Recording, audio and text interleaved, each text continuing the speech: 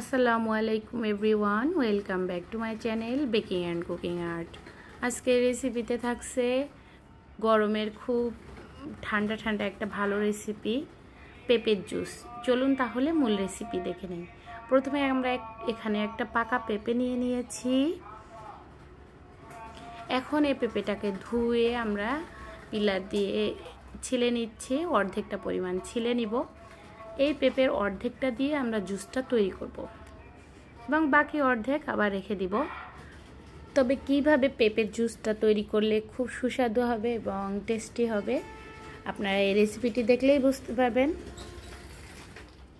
তারপর পেঁপের অর্ধেক অংশ নিয়েছি এবং দানাগুলোকে আমি চামচ দিয়ে এভাবে ফেলে দিয়েছি। তারপর কিউব করে করে কেটে নিব।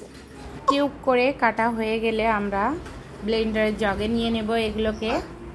তারপর এখানে আমরা আরও কিছু ইনগ্রিডিয়েন্টস যোগ করব। পেঁপেগুলোকে কাটা হয়ে গেলে আমরা ব্লেন্ডারের জগে নিয়ে নিব। তারপর এখানের মধ্যে গুঁড়া দুধ, পরিমাণ মতো চিনি দিয়ে দিব। তারপর এখানে টেস্ট বাড়ানোর জন্য আমরা এখানে গুঁড়া দুধ অ্যাড করব। অবশ্যই এখানে গুঁড়া দুধ দেওয়ার চেষ্টা করবেন। এখানে পরিমাণ মতো চিনি নেবেন। আপনারা যদি একটু কম চিনি খেতে চান তাহলে কম পরিমাণে দিবেন, আর যদি বেশি পরিমাণে একটু মিষ্টি খেতে চান তাহলে সেই অনুযায়ী চিনিটা দিবেন। আমি এখানে 1/3 কাপের একটু কম চিনি দিয়ে দিয়েছি এবং 4 টেবিল স্পুন গুঁড়া দুধ দিয়েছি। এছাড়াও আর স্পেশাল হয়ে যাবে এই বিট লবণটা দেওয়ার কারণে, টেস্টের একটা ব্যালেন্স চলে আসবে। তারপর আমরা এখানে 1 চিমটির মতো বিট লবণ দিয়ে দিয়েছি। তারপরে এখানে বরফ কুচি দিয়ে দিব কয়েক টুকরা এবং সামান্য কিছু পানি দিয়ে দিয়েছি চামচটা ধুয়ে। আপনারা যতটা ঘন খাবেন ততটা ঘন করবেন এবং যতটা হালকা পরিমাণে খাবেন ততটা হালকা করে নেবেন।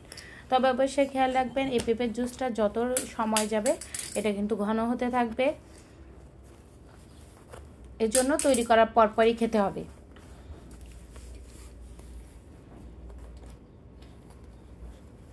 আমাদের পেঁপের জুসের টেস্টটা অনেক সুন্দর ছিল। আপনারা চাইলে এভাবে বাসায় রেসিপিটি ট্রাই করে দেখতে পারেন। আর এখানে পেঁপের জুসটা একটু ঘন দেওয়ার কারণ আমরা যেহেতু এখানে আইস কিউব অ্যাড করব, এজন্য আমরা এখানে প্রতি গ্লাসে 4টা করে আইস অ্যাড করেছি। আইস এগুলো তো বরফ, পানি, এগুলো যখন গলে যাবে তখন এই মিক্সচারটা আরও একটু হালকা হয়ে যাবে।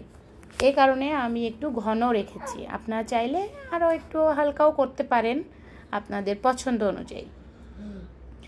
তবে পেঁপের জুসটা খুব স্বাদ এবং স্বাস্থ্যের জন্যও ভালো। বাচ্চারা এমনি এমনি পেঁপেটা খেতে চায় না, এজন্য যদি জুস করে দেন তাহলে তারাও পছন্দ করবে। আজ এ পর্যন্তই। এরকম সুন্দর সুন্দর স্বাস্থ্যকর ভিডিও পেতে অবশ্যই চ্যানেলটির সাথে থাকবেন এবং সাবস্ক্রাইব করবেন, ফ্রেন্ডস এবং ফ্যামিলির সাথে শেয়ার করবেন। আল্লাহ হাফেজ। সবাই ভালো থাকবেন, দোয়া করবেন আমাদের জন্য।